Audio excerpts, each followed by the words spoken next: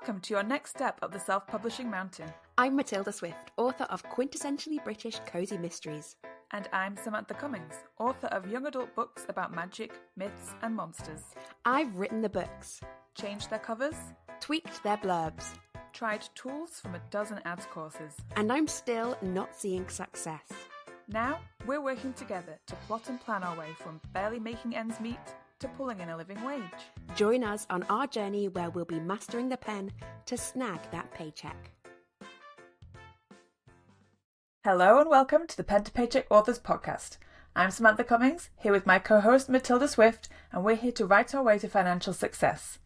We're two indie authors with over 24 books between us and still a long way to go towards the quit the day job dream. If that sounds familiar, listen along for our mastery through missteps journey. Each week we cover a topic to help along the way. This week we're talking about our recent adventures with ads. But before that, what are your wins and whinges of the week? Oh, almost got there. I think you're overwhelmed by the prospect of my amazing wins. I was currently getting excited for you. Yeah, I'm currently in a castle. For anyone watching, it doesn't look like a castle, I'm aware. From the inside, it's a hotel. But it's a hotel inside a castle. And here's how you can tell it's a castle. A, the front is all covered in crenellations and there's like little turrets and stuff. B, I am so full that I sort of a bit struggling to breathe. C, every single corridor is like a maze. You know when people like invade into castles and they have to try and confuse them by having like up, down corridors? That's like me trying to get to my room every single day. I can't find where I'm going. No one can. Oh. It's not just me. It's a mystery. And D, a slightly unusual castling situation, but there is a pool and a sauna, so I feel luxuriated. I have been for a swim and a steam today. I feel like the height of luxury, and I've written loads of words, and I've hung out with loads of other authors, and we've played Dungeons & Dragons. I played it the first time. I got my own little purple dice. I just feel spectacular.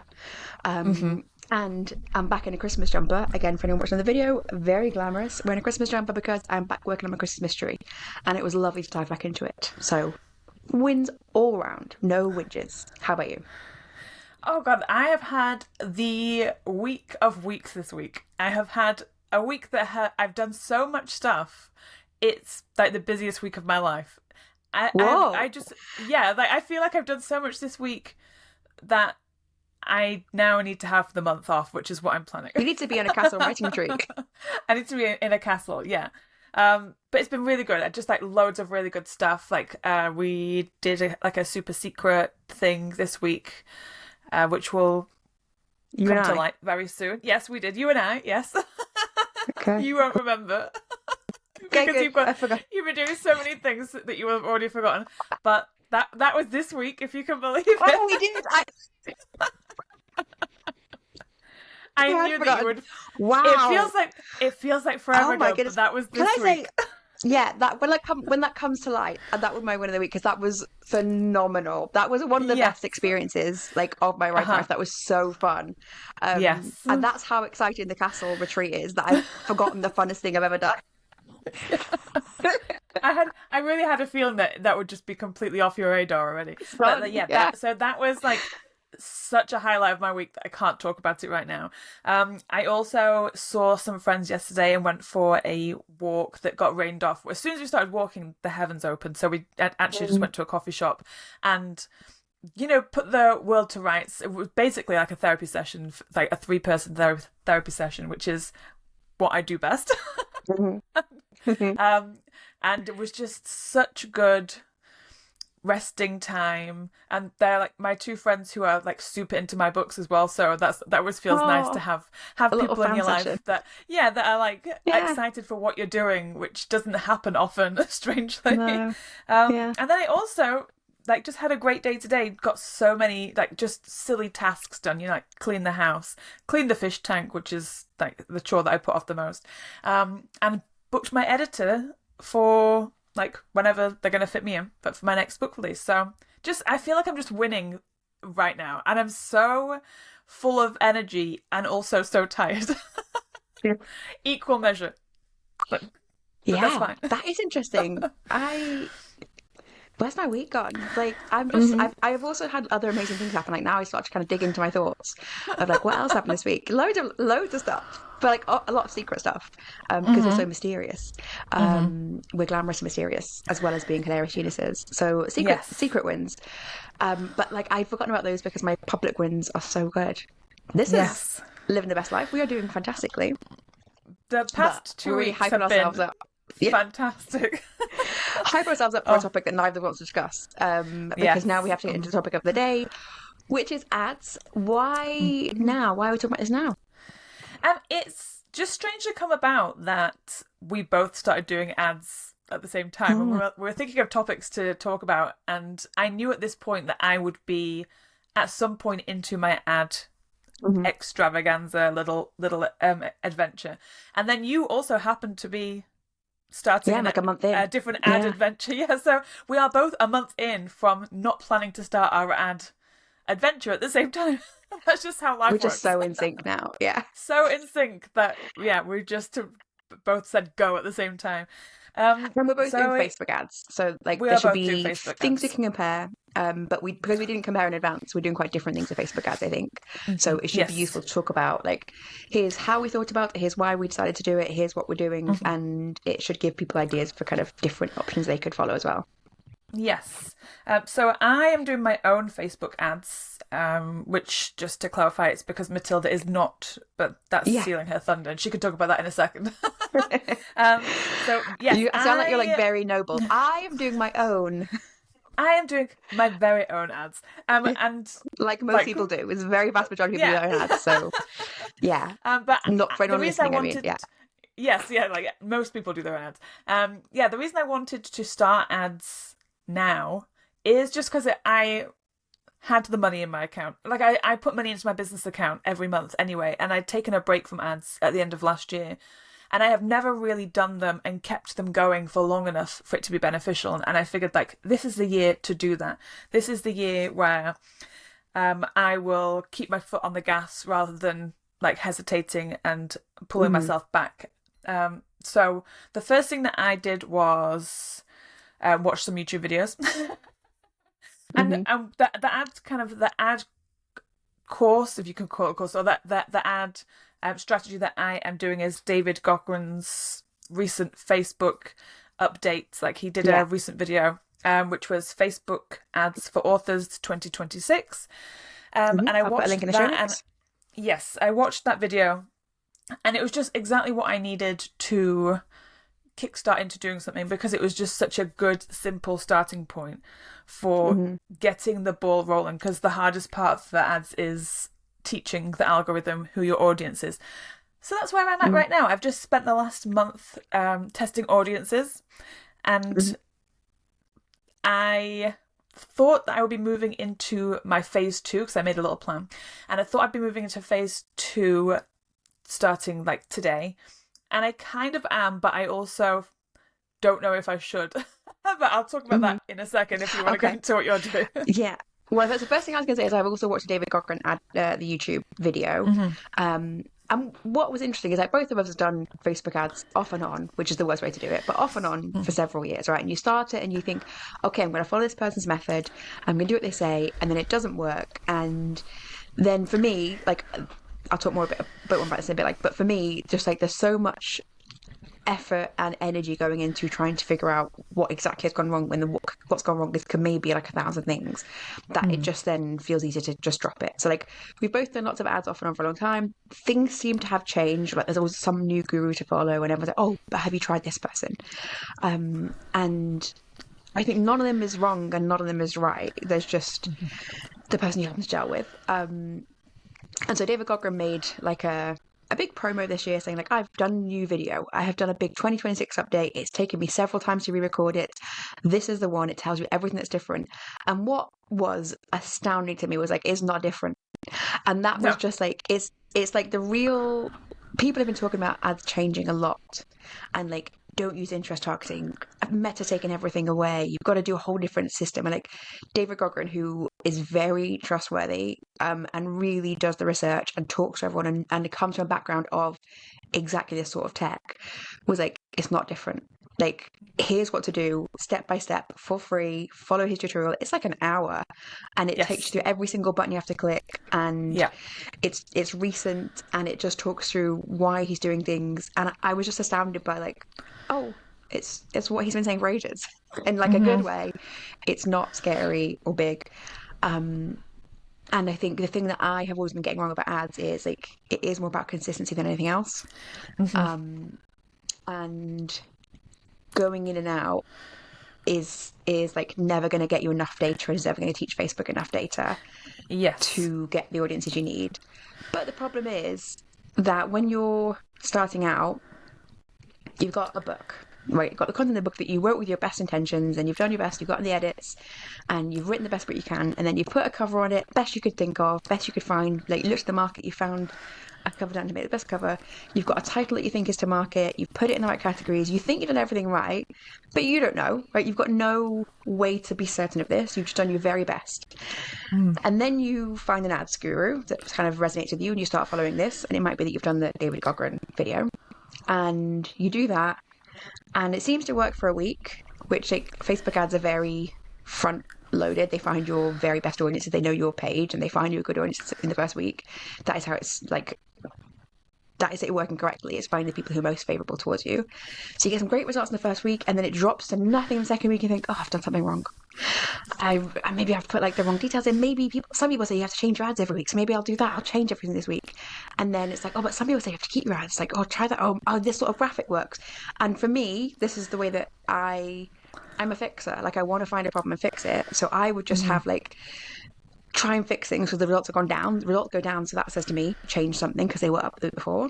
And then you try and change things and it doesn't work. Or even if you had an ad that was working and then you try and duplicate it, even if you duplicate it and like you just change one tiny thing, and you're like, okay, so I know this audience works, or you just duplicate using the audience, and this audience works, and I'll do use a different graphic, then that doesn't work. And you're just like, okay, I can get ads to work for a little bit, but like not longer than a week. So then maybe the book is bad? Is it the cover that's bad? Is it the title that's bad? Is it the blurb that's bad? Is it the content that's bad? And then for me, I just spiral, and like I'm wasting so much energy because there's no way on earth you can figure out what to fix when you are starting out. Like, I'm definitely assuming that like people who've been doing this a while know what they're doing and they know what to fix. But like when you're starting out, there are so many variables, and some of the variables are the book that you wrote. And that is the variable that for me, I go to thinking, probably just the book's bad. Probably I'm a terrible person who writes bad books, and I should just, sit in a corner and hate myself. And like, and that's my worst thinking, right? That's not how I think every time when I'm doing ads, but like, that is one of the thoughts that comes into my mind. Of the thousands and thousands that fire through my mind when I'm trying to fix the problem of the ad stopped working, the ad is unpredictable. And there's so many gurus that say, like, fix it this way, no, fix it the opposite way. And you've got friends whispering in your ear about, like, oh, no, but I'm using this exact method, and this is making me £1 million a minute. Do this.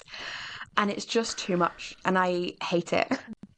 So I'm not doing it because I just, at the very least, I need to see if someone can do it.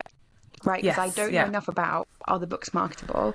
I don't at least have that baseline of, like, it is doable, and therefore I can learn to do it. Because it could be the books are not just marketable, and that's true. I've got friends who have got multiple series where only really 1 or 2 series makes money, and they make loads of money on Facebook ads, and some of the other books make loads of money on other types of ads, and they just can't make money on Facebook ads. So it's like, it's not like saying the books are objectively bad, but different books are marketable on Facebook. So I was like, I need to at least tag out the variable that the books are not marketable on Facebook, because like I can't fix a problem like that. I can't like figure out a way out of a problem like that. So I am paying a service. I'm paying Novel Publicity, which is a company owned by Melissa Storm, who is a cozy mystery author. But they do many, many other genres. But I was like, if there's a cozy mystery author who runs it, that makes me feel even more confident. And I know multiple people that have used it in different genres with success. So it's like, at the very least, I think I'll be able to see if the books are marketable. And I would like to, rather than spend money on trying and failing with Facebook ads, and on top of that having the emotional turmoil of trying and failing, I would rather just throw money at the problem and see if the books are marketable. And then next step might be me seeing, I get to watch the ads happen in the background, like I get to see what's happening, I can follow the whole Facebook account. And so next step might be me saying like, oh, okay, maybe I want to try some ads on my own, or maybe I just want to say, actually, great job you're doing there. Here's more money. Keep going, because I don't want that emotional work.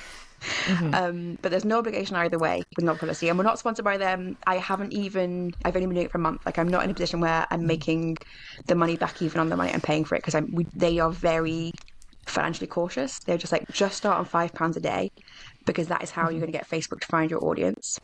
If you start on a bigger budget, if you start on a bigger budget, Facebook will just like zoom out to millions of people that are not the correct person, and they will spend your budget and find the wrong audiences, and you won't be able to carry on with them. So like, only start on a small budget a day, which means that I've got a limit to how much I can make back a day. So I'm not currently making back their fee. They're very open about pricing. If you go into Novel Publicity, there's a pricing tab. It's got everything in there. I'm on the mini monthly, I think it's called, the lowest one. It's expensive for starting ads on £5 a day, right? It's you've got no hope of making the money back. The only way you're going to make the money back is by playing the long game, which is also kind of why I wanted to do it. It's like time myself into saying, I have the money, right? And I have the money, and I get the money from a freelancing gig. I have that money, and I will spend it for at least 3 or 4 months to see what's happening. That is a better use of the money than me just throwing it to Mark Zuckerberg randomly in like little, occasional bursts. So I'm doing that, and it feels, I feel so calm. And that is worth a lot of money to me, to at least see away from my emotions how the ads do, and not let any of my ad decisions be based on emotions, because the person running my ads doesn't care. Right, like, the person running my ads is an absolutely lovely, delightful person who I've had a very long call with. We have regular emails. I can ask him any questions. I had like a real emotional wobble after a couple of weeks, and I was like, hey, this looks terrible to me. Like, can you tell me what your thought process is? So, like, how you know it's not terrible, why you're continuing. I want to understand the thought process, because at this stage I would turn them off myself. Why are you not turning them off? And he wrote back such a lovely, comprehensive response about like what he was thinking, what he might change, what he would consider turning off. And I was like, that is what I want to hear. That is, I want to be inside the head of someone who can run ads. That is so useful. That's like an ads course, but from like, I'm auditing an ads course, and while having someone else run my ads for me. It's a delight, but it's not for everyone. It's an expense, and it's an expense that I happen to be able to make right now because I have a freelance gig that pays for it. So lucky me.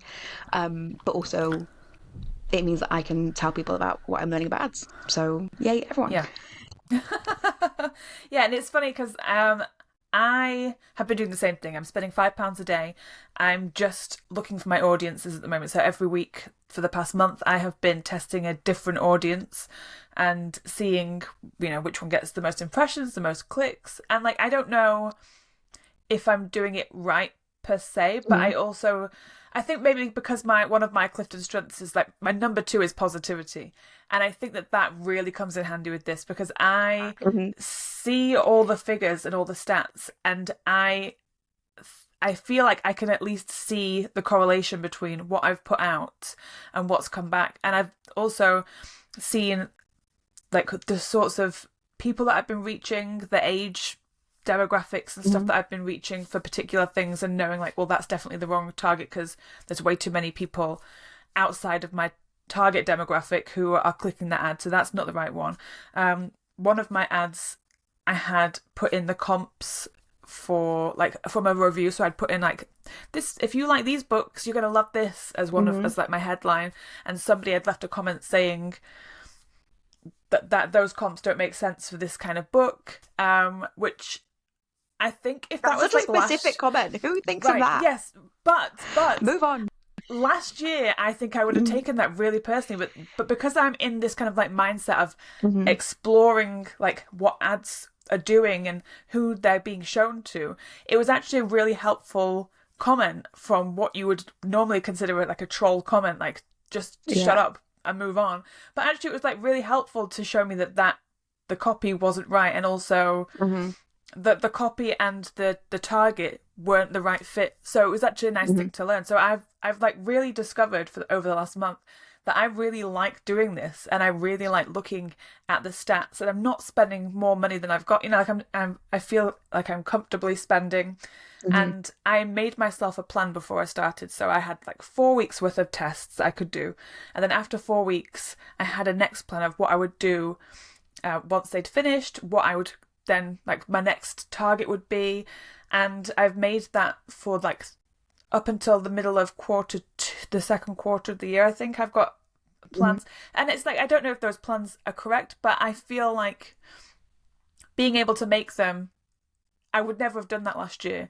Just getting into it and deciding that I'm going to do this for the long haul has given my brain this kind of puzzle to try and solve of, well, if you're going to do this, why don't you try this? And even if it's the wrong thing to try, at least it's trying something. And I think we've talked about this recently.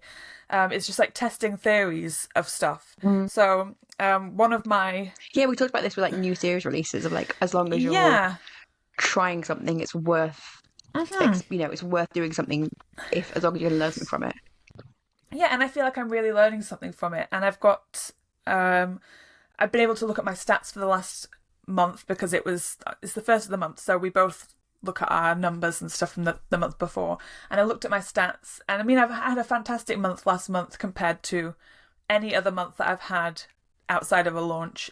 So the ads have definitely been working, and they've not covered the cost of the ads, but my KU page reads were up 35% from the month before.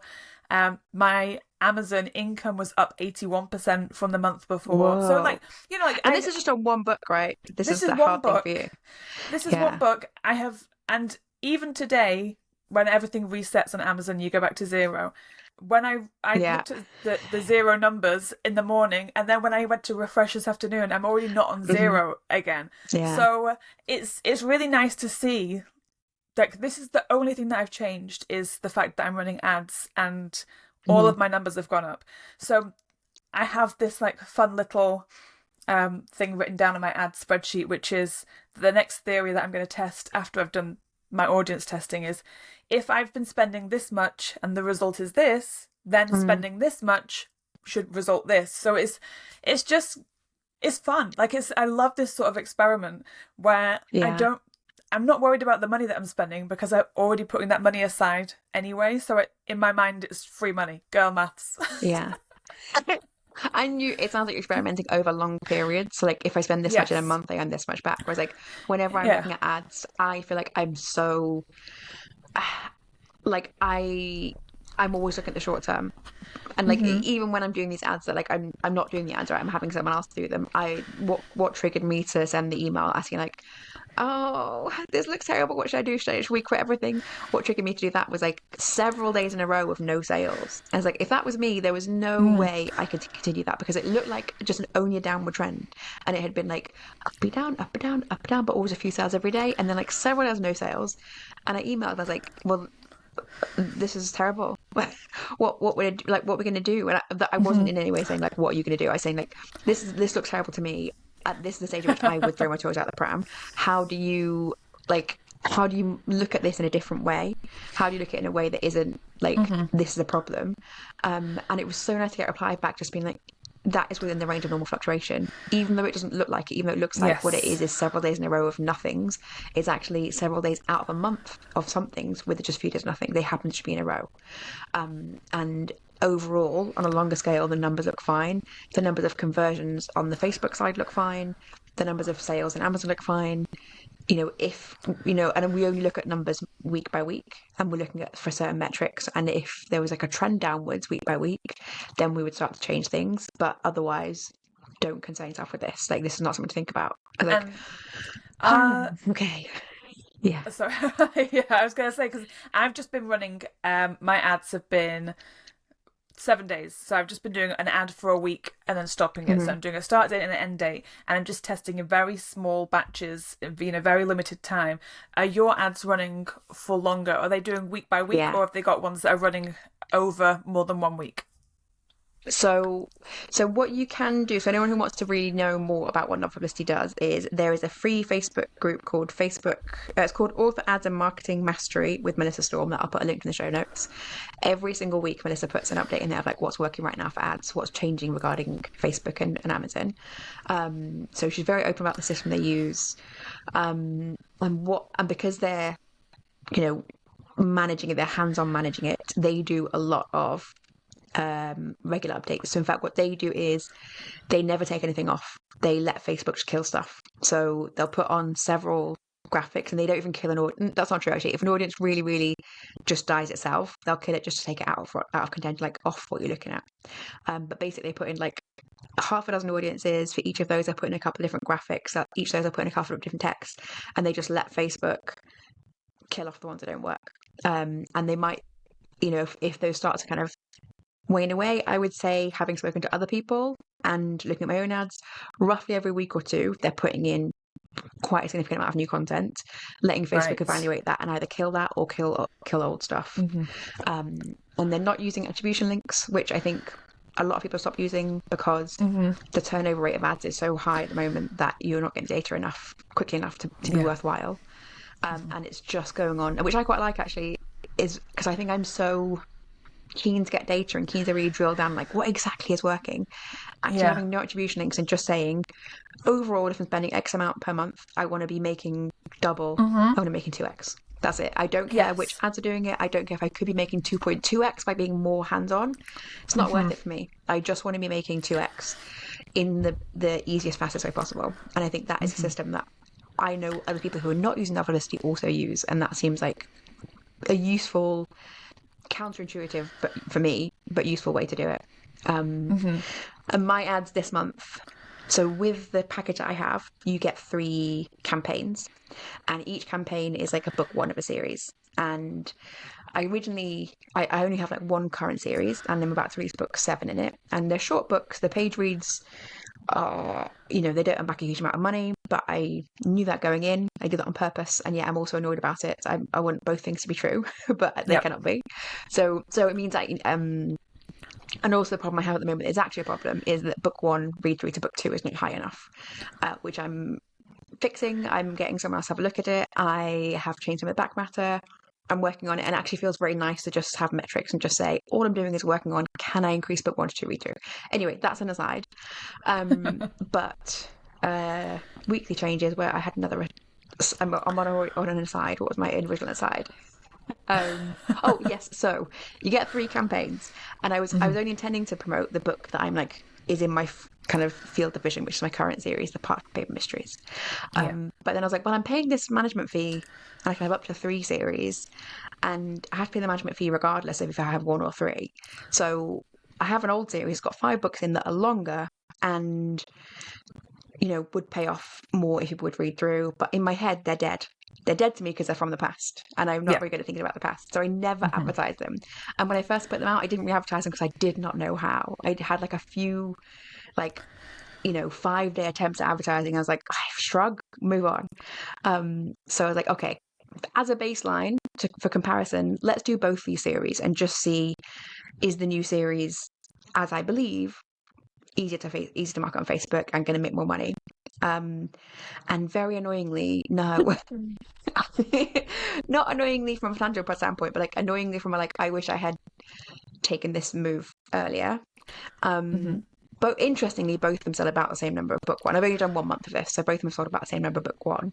And because the newer series, I had a book club in recently, I generally talk about it more. It's obviously got more ongoing series sales and reads anyway, so it's a little bit hard to compare like for like.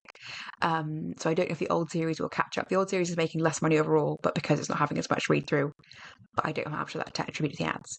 But it was so useful to see. But what's really interesting actually is both books have almost the exact same number of orders, and both books have the same budget. So it's done must be like campaign level campaign budget optimization. So each campaign has £5 a day. And they both have wildly different click-through rates and cost per click. So it means that I get roughly twice as many clicks for the newer series than the old series, but they're converting about the same. And yeah, for some reason the clicks are much cheaper for the newer series. So interesting, and we've talked about that as well with the person that's running my ads. We've had some back and forth about what we can try to work on that.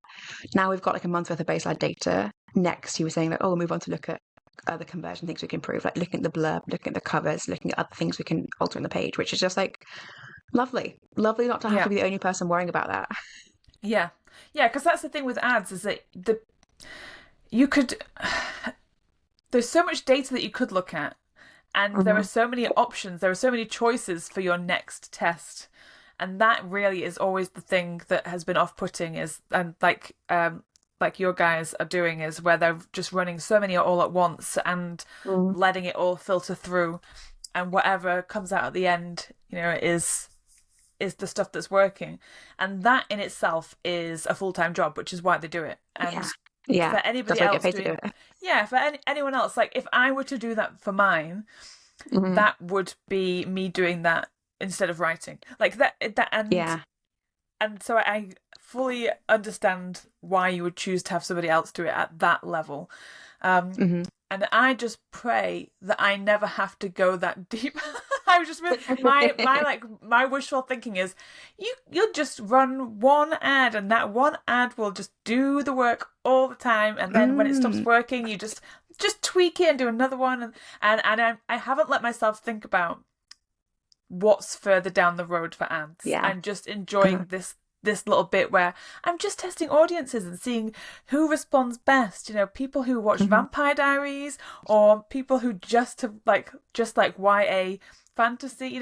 I've just got like such specific and simple targeting metrics right now, and I'm just really like that, and I don't want to think about having to then test different covers and testing different blurbs and stuff. I don't want to think about that. That's too deep. Have you got an idea of, so you'll have book through out later this year, and maybe also book through out later this year.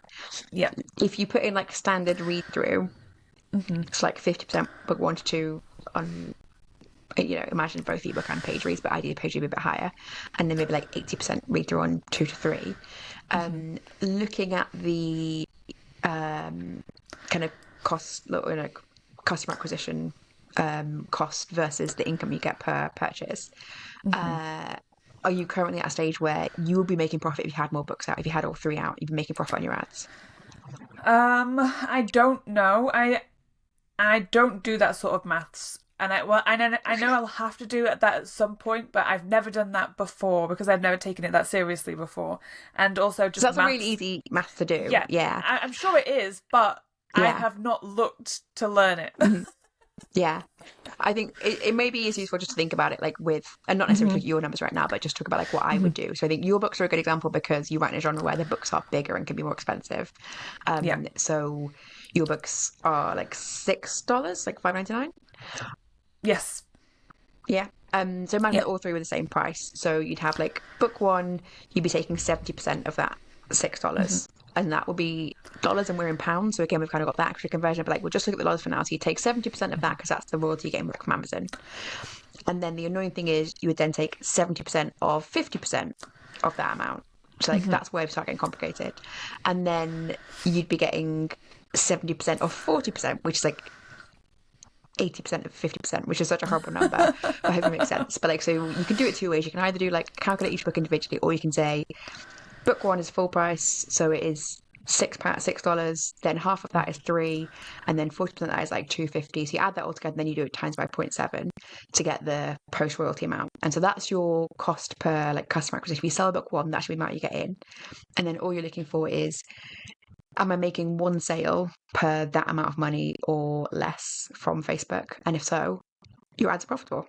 And that's great. Even if right now it's not profitable, you'd be like, oh, if I did have more books in series, they would be profitable. And I would say, given a 3-book series, that's relatively, a good price. Hopefully, really, you're already running books that are in a profit. It's just that you only have 1 book out now. That means they're not profitable. And that is great. I feel like if I were to do that calculation because of my positivity, I think that I would be okay. But I generally don't like that. This is the worst part of my whole business, is that because I'm not good at maths and I don't understand numbers, I just don't look at that stuff up front, and that would just be something that I would figure out when the books are out, if that makes sense. So I'd only ever look at those figures when they were available to me, and I wouldn't calculate something to have. We know you want to have that. like target and an experiment. Yes, so we could, yeah. we've got our mastermind day coming up. We could look at those numbers and say, this is my target. So that even if right now my ads are actually making a loss, in the theoretical position in which I have 3 books, so I'm actually making a profit already. The ads are doing exactly what they need to do. I just happen not to be far enough along in the series. Because that's what I did when I was first running ads for this series that I'm running right now. I had 3 books that I released 3 books, and I could make a profit if I had got more books. Like, I could make a profit in the situation where I had more books only because the books were short, and I wasn't going to have another book for a while that made me stop running ads. But I knew the ads were, or I felt like the ads were viable, but like I didn't want to. Then I obviously had that emotional block, and I didn't go back and do it because I was just like absolutely, overwhelmed with like the emotion of writing the books and not wanting to have to be writing the book while coming back to your ads and being like, I'm writing these books, but no one wants to buy these books because I'm a terrible writer.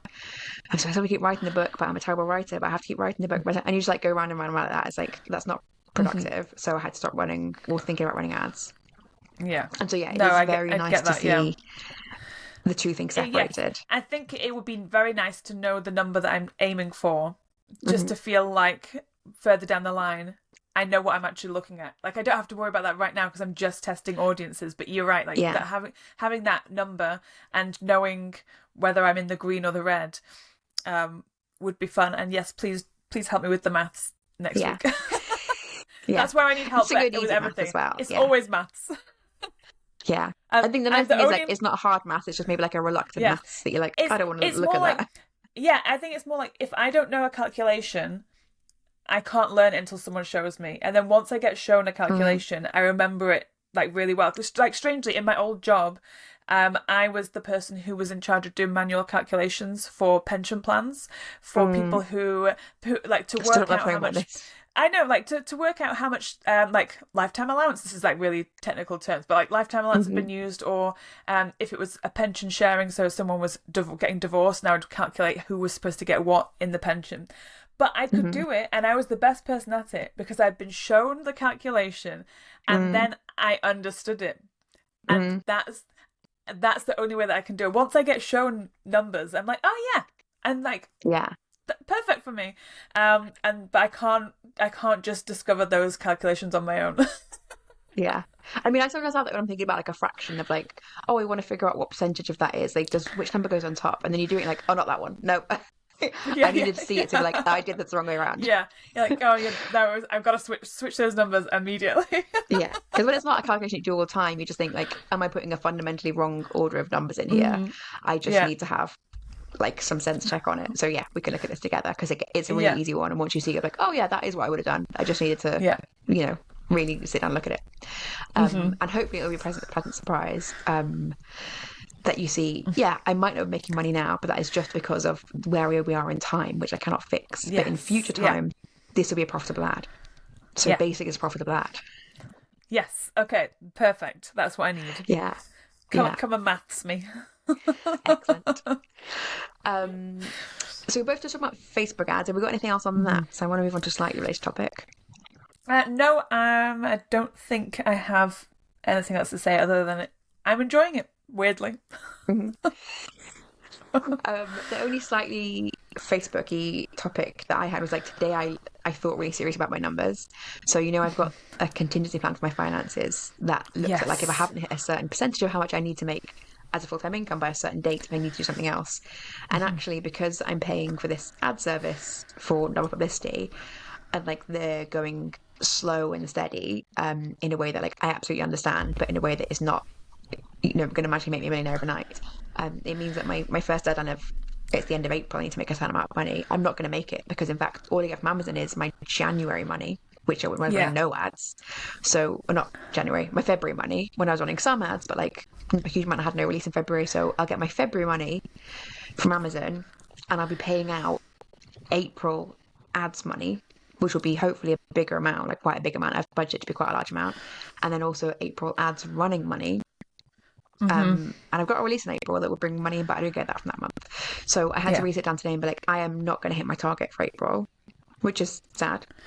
But also a decision I'm making to say like, I'm not going to make it. So I need to go back and look at my contingency plan and say like, I what do I do about that? Because I think it's a short-term problem just based on like when money comes from Amazon, but I want to take my contingency planning seriously and say, even though actually it might be just a couple of months away from bringing that extra money in that kind of evens up in terms of Amazon money going in out, I think I still do want to try and act on the contingency plan, which says something like just take a bit of extra freelancing, which is fine. So I think I might just try and do that for at least a couple of months, or at least put in the I was going to say put in the effort to do it. No, I do want to do it. I do want to follow through on the contingency plan, even if it's a temporary thing, and do something to bring in the extra money to bring myself up to that amount. Because otherwise, I will keep making like little concessions of like, oh, but this money would come in then. Yes. Oh, but this would come in then. And I want to see the reality of it, like Amazon only pays you, 2 months later. So even if you made the money this month, you don't have it. So therefore, you are behind on your money coming in. And that's where I'm at. Yeah, and it's just hopefully months in advance. Yeah, and hopefully, obviously, when we're not making more than we need per month, that is like the harsh reality, and we both don't need that money right now, but we need to set up that your contingency is important because you need to have that drilled into you before it's like desperate. Before you are at the point, before you are like just relying on the money from Amazon and it's 2 months out. Which actually starts feeling horrifying, like the closer I get to that. It's like, gosh, relying on that money from Amazon as my life for food. I really feel like this point of the year, or at this point in our journeys, is the lowest that we'll be because of how much action we're putting into stuff, and we're really, we're really like charging forwards with our attempts to make more money. And I feel like the last month has really felt like that. Like we've really done something drastic to really change what we're doing. Like I feel like we're on a roll in some way, and it's like maybe there's also like a big boulder rolling behind us, but at least we're on a roll. I think just to be really, it's interesting. Like I feel like I'm super up and down at the moment, and like really feeling like we've done, like I was saying last week, we did like some amazing things, and we had some great news about our tantalizing secret, because we're super cool things coming up. I hate when people are vague about something, but now it's me, I actually like it.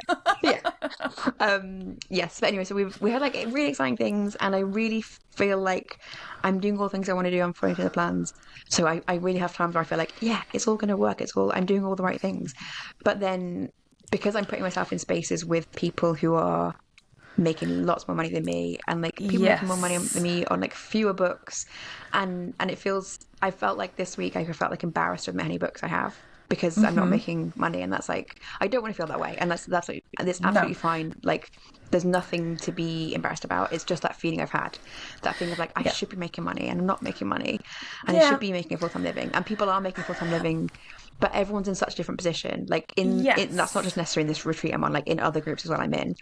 A lot of people who are doing well have got many other like feathers in their caps. Like they have got husbands who do all the marketing for them. They have got backgrounds in related fields. They have got a significant amount of money they brought to the project. Like I just, because we're stepping into bigger spaces and we're stepping into places where we are open to comparison with like people who are currently more successful, it's really making me have to like stay focused on staying positive and like deal with the ups and downs of some emotions of thinking like, am I gonna make money from this? No, I'm not. I'm a terrible person. No, that's like the whole point of this podcast though, is because we're trying to be so real, and like, I mean, I've been publishing for 10 years now, so I also feel that sometimes. I feel when I tell people how long I've been doing it, and I sometimes feel that way, but I also know that I only started taking this seriously 2 years ago.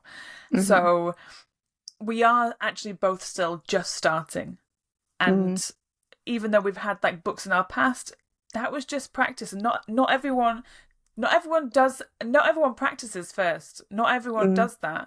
Some people just like plan first then go. I'm not a plan first then go person. I'm like I'll just try it this way for a while and then learn as I go. And that's just, and I think that is a good attribute to have. Like I like that part of myself, so I don't want to feel bad for being somebody who did it anyway without Yeah. knowing. Like, I think that was brave to do. And I think that you, having published and only just like me taking it more seriously now, like those things that you've done in the past, like that was just really brave to do, to just start doing it without really fully knowing what you were doing. Like we're the cool ones. Yeah, I think we are. And I think, but I also think like maybe I'm definitely a person like I'm learning by doing. Like I don't fully understand how some people have just been like. And I think often it's people who are older and therefore have more experience of trying things or running businesses. Yeah, some people babies. really seem to just be like, with their very first series, like, okay, I'm going to do X, Y, Z. I've researched these things. It's going to be successful, and then it is. And I was like, but how?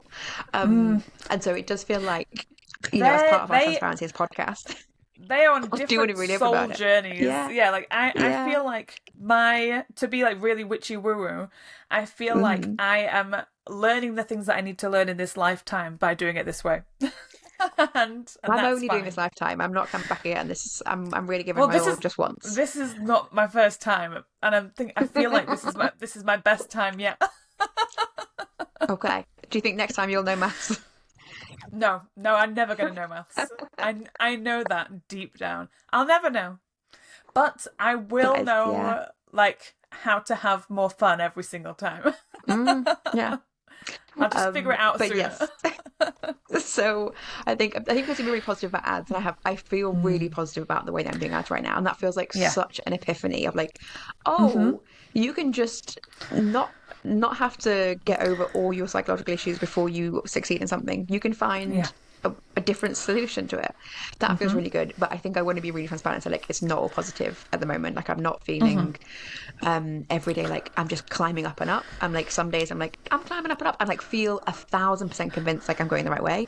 And some days I'm like, I'm a fool, and everyone listens to this podcast is laughing at me because they think I like think I'm going to make it, and it's like really up and down. And which is interesting because earlier I didn't feel that, but I think it's partly because like we are moving into more and more spaces that are exposing us people who are bigger and like challenge big ideas, who take big swings, and who like tomorrow.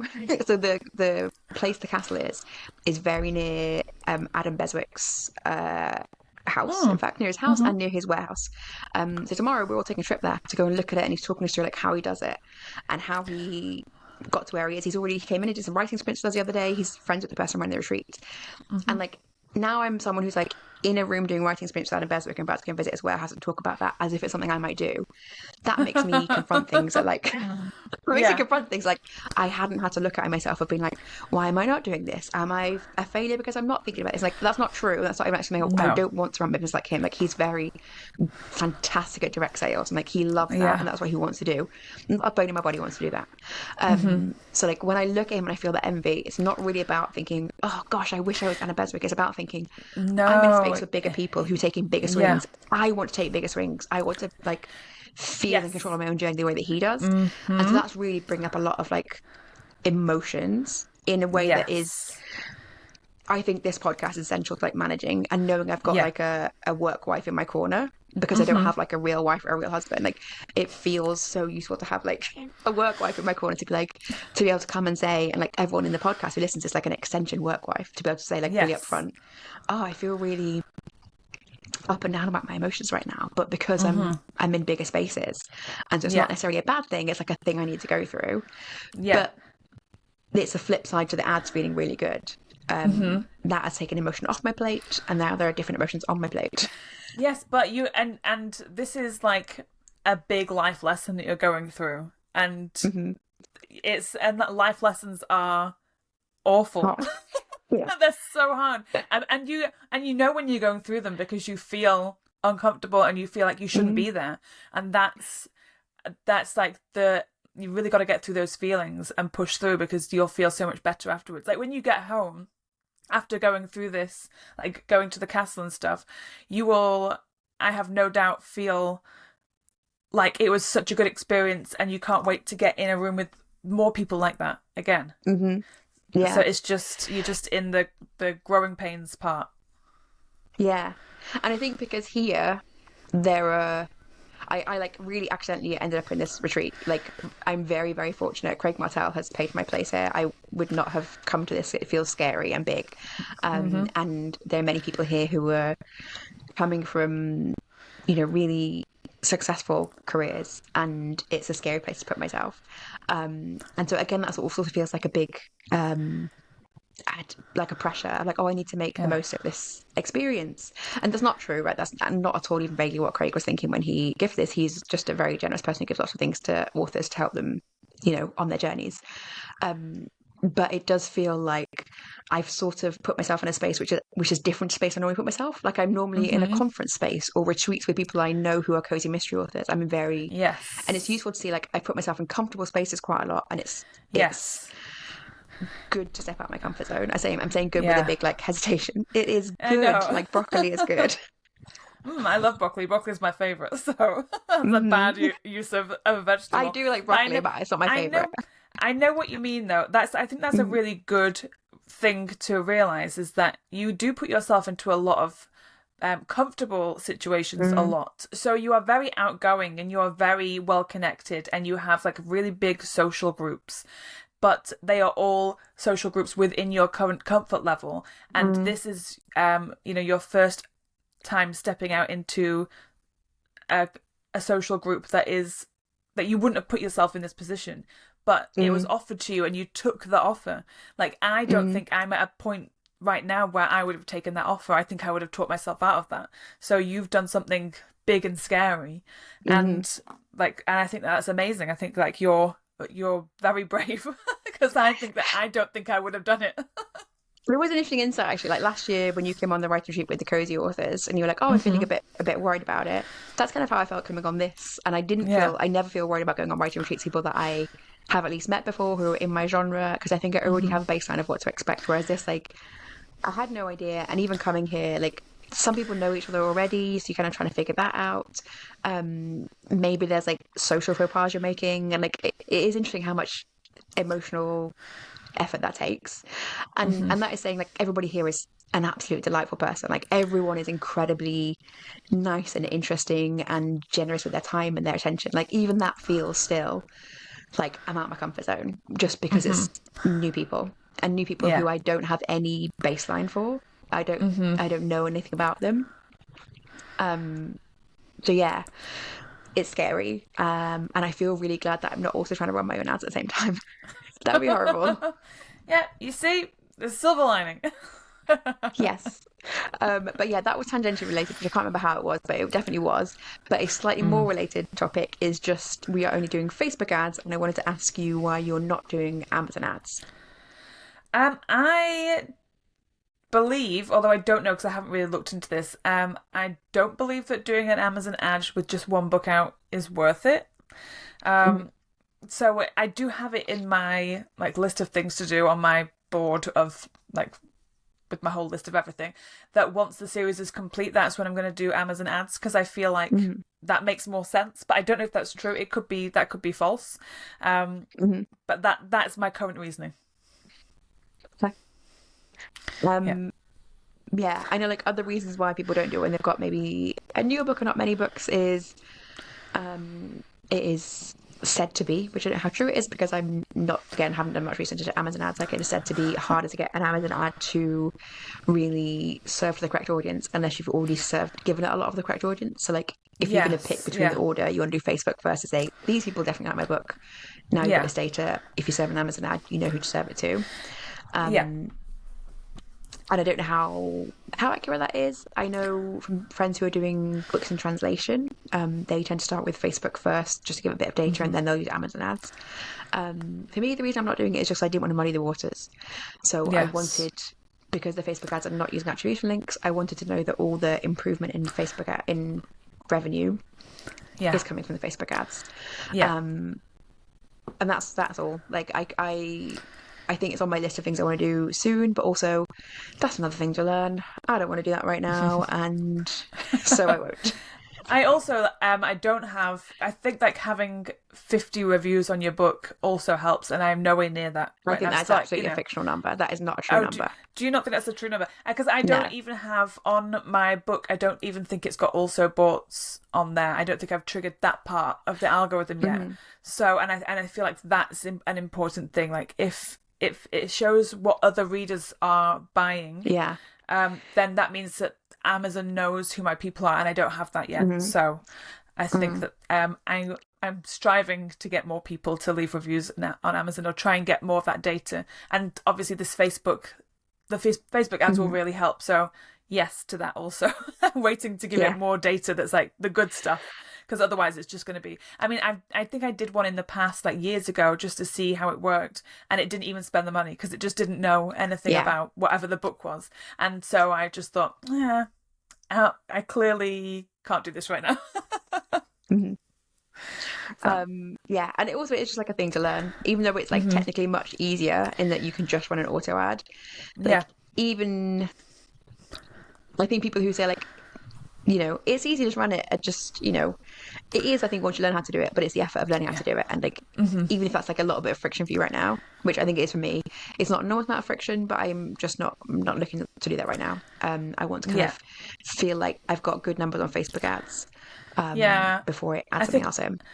I don't want to get distracted. I need to focus on one thing at a time, because otherwise, like you said, like if you don't know where the traffic's coming from, how do you know which one's working? So it's much more fun to do it one at a time. In my opinion. I have exhausted my knowledge of my own Facebook ads. Have you? Do you think you've all done? So hopefully everyone found that exciting and fun and has encouraged them to try Facebook ads. Next week we are going to be what we're calling future casting. Do you remember what this is about? That's not the question that I wrote, but that's the question that I meant when I wrote this note. I wrote a note for myself, which I also didn't really understand. So we put career planning post hassle. Is that what I wrote? Interesting. I don't know why I wrote that. So my notes say big future ideas. And I think that this was our point in the year where we wanted to start thinking about the futures of our business after we've kind of started, like we've started, like I said before, balls rolling. It's a good time to our own retreats / workshops where I think we thought about a lot of ideas. Yes. And don't want to forget them. So this is the point where we are going to start looking at big plans that we can start making with actual data to back it up, rather than it just being dreaming. It's actual planning. I'm very excited. It's interesting. I really struggled recently. Like, I think I've gone round and round about is like struggling to make a big goal. And it's hard to know how much, and I had the problem in the retreat, like I really couldn't name a goal I was heading towards. And it's hard to know how much of that is because I don't know what goals are available to me, because I don't think certain goals are possible. But I felt a real crystallization yesterday of a very specific goal, which in a way that is just a feeling, like I feel too scared to talk about it right now. I don't know how I feel next week, but I have got a number in mind that makes me feel very sick to consider admitting, because I think I'll look silly. That's how I feel. That's not necessarily the truth at all, but like that's where I'm at. So I need to get a bit more confident in my goal, and I think we do need to have a session on like making big goals, because unless you've got a big goal, what are you working towards? Yes. 100%. I love to have a goal, and I love to have a complete like fantasy goal. And for me, fantasy goals are never money related, because like you, when you think about the money related goals, and then we'll talk about this next week, but when you have a money related goal, for both of us, we both really shy away from that for like our crazy reasons.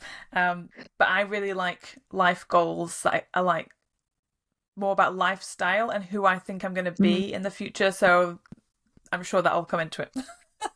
I'm looking forward to hearing about it. Yeah. I can't wait. So thank you everybody for listening. If you want to pay for us to have a coffee next week, because we'll definitely need coffee and cake, you can hit up Coffee, which is a link in the show notes where you can donate a couple of pounds if you wish, and that will really give us the energy to do our big session next week. You can also go and jump into our Discord, which is free for everybody, and it's a fun place to be where we hang out and talk about all of this and more. It's full of ideas this week. It's feeling very good. It's such a good place. I love it. And until next week, goodbye. Goodbye. You've been listening to Pen to Paycheck Authors. Stay tuned for our next episode, and don't forget to subscribe to learn how to write your way to financial success.